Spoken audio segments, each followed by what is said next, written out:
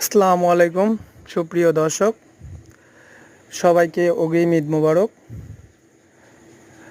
নাগডামরা গ্রামের একটি সংগঠন, সম্পূর্ণ অরাজনৈতিক, গোল্ডেন সার্কেল মূলত 41 জন সদস্য নিয়েই প্রায় 1 বছর আগে গোল্ডেন সার্কেল সংগঠনটি গঠিত হয় এবং সুন্দরভাবে বিগত ঈদ এবং এই ঈদেও গরিব ও দুস্থ অসহায়দের মাঝে ঈদ সামগ্রী বিতরণের জন্য কর্মসূচি করছেন।